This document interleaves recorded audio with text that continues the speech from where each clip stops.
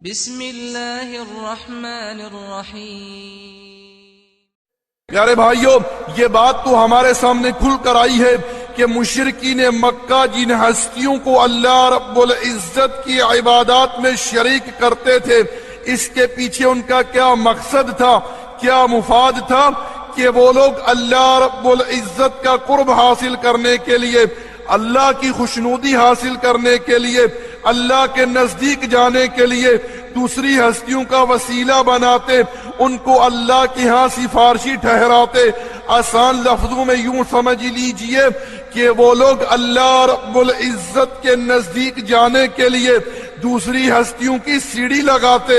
لیکن سوال یہاں یہ پیدا ہوتا ہے کہ وہ لوگ اللہ رب العزت کی خوشنودی حاصل کرنے کے لیے، اللہ کا قرب حاصل کرنے کے لیے، اللہ کے نزدیک جانے کے لیے جن ہستیوں کا وسیلہ بناتے، جن کو وہ اللہ کے ہاں سفارشی ٹھہراتے، جن کی وہ سیڑھی لگاتی اللہ رب العزت کے نزدیک جانے کے لیے، آخر وہ کیا چیزیں تھیں؟ کیا وہ میز فقط پتھر کے بت تھے؟ جیسا کہ آج کل بہت سارے لوگوں کے ذہنوں میں ایک بات بیٹھی ہوئی ہے کہ وہ لوگ میز فقط پتھر کے بتوں کی عبادت کیا کرتے تھے۔ نہیں میرے بھائیوں، یہ بات حقیقت سے بہت دور ہے۔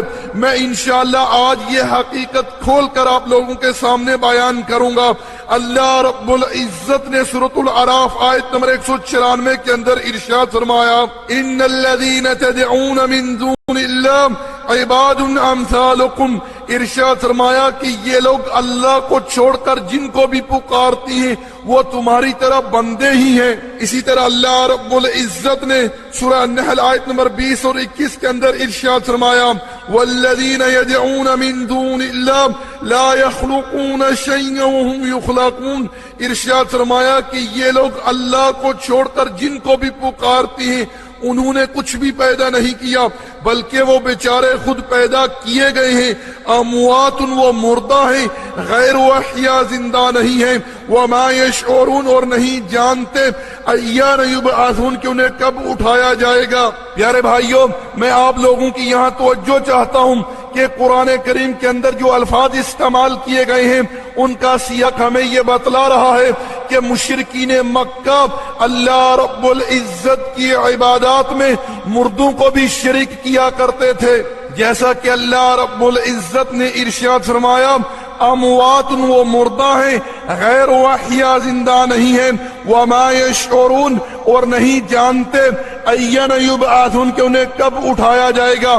یعنی اشارہ ان کی قبروں کی طرف ہے کہ ایک دن ان کی قبروں سے انہیں اٹھایا جائے گا، لیکن اس بات کا انہیں شعور ہی نہیں ہے۔ میرے بھائیوں، اس آیت کریمہ کو اپنے ذہنوں میں رکھیے گا، انشاءاللہ آگے کام آئے گی۔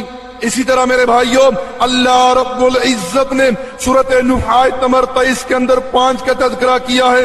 ارشاد فرمایا، وَقَالُوا لَا تَذَرُنَّ آلِهَتَكُمْ وَلَا تَذَرُنَّ وَدًّا وَلَا سُوَاعًا وَلَا يَغُوثَ وَيَعُوقَ وَنَسْرًا۔ میرے بھائیوں، صحیح بخاری کے اندر سورۃ نوح کی آیت کی تفسیر میں ابن عباس رضی اللہ تعالی عنہما کا قول مروی ہے، وہ کہتی ہیں یہ پانچوں کے پانچ قوم نوح کے صالحین بزرگ تھے۔